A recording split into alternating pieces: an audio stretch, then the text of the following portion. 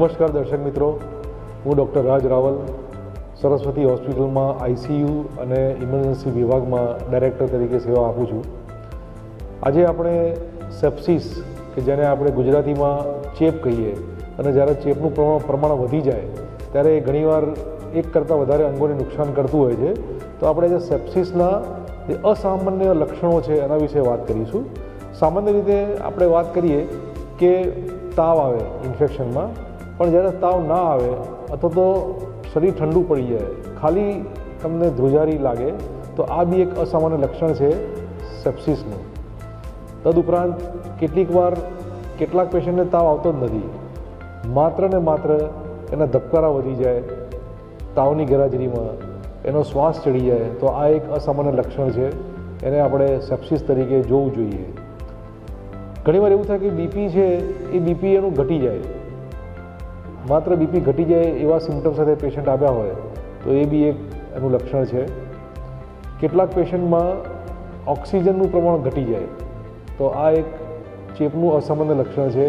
એને આપણે નિગ્લેક્ટ ના કરવું જોઈએ અને અવગણવું ના જોઈએ. આ થઈ એક સામાન્ય લક્ષણો. હજુ સામાન્ય લક્ષણોમાં આપણે બીજા જે લક્ષણોની વાત કરીએ તો ઘણીવાર પેશન્ટ અચાનક બેભાન થઈ જાય, અથવા તો પેશન્ટ ઊંઘ્યા કરે, અથવા તો પેશન્ટ ઇરિટેબલ થઈ જાય, જેને અમારી ભાષામાં ડેલિરિયમ કહેવાય. તો આ બધા જે લક્ષણો છે એ એના અસામાન્ય લક્ષણો છે કે આ બધી પરિસ્થિતિમાં તમારે પેશન્ટમાં કોઈ ઇન્ફેક્શન હશે એ વિશે તમારે વિચારવું પડે. પેશન્ટો ઘણીવાર ખેંચ સાથે બી આવતા હોય છે કે જેમને પછી આપણે તપાસ કરીએ તો મગજનું ઇન્ફેક્શન નીકળે. તદુપરાંત કેટલાક પેશન્ટોમાં શરીર ઉપર ચાઠા પડી જાય, અને એવા ચાઠા પડી જાય કે જેને એ ચાઠાના પ્રમાણમાં દુખાવાનું પ્રમાણ અસહ્ય હોય, કે જેને નોન બ્લાન્ચિંગ ડર્મેટાઇટિસ કહેવાય, કે ભાઈ એને દેખાય નાનું પણ એને દુખાવો અસહ્ય થાય. તો આ એક અસામાન્ય લક્ષણ છે ઇન્ફેક્શનનું. મેનિંગોકોકલ ઇન્ફેક્શનમાં આવું થતું હોય છે ઘણીવાર. પેશન્ટને નોન હિલિંગ અલ્સર્સ હોય, ઘણા સમયથી ઘા રૂજાતો ના હોય, એવું અલ્સર હોય, તો આ બી એક ઇન્ફેક્શનનું લક્ષણ છે.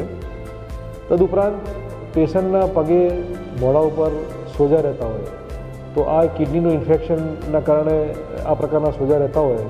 અને ડાયાબિટીક પેશન્ટ હોય તો પેશન્ટને તાવ ના આવતો હોય.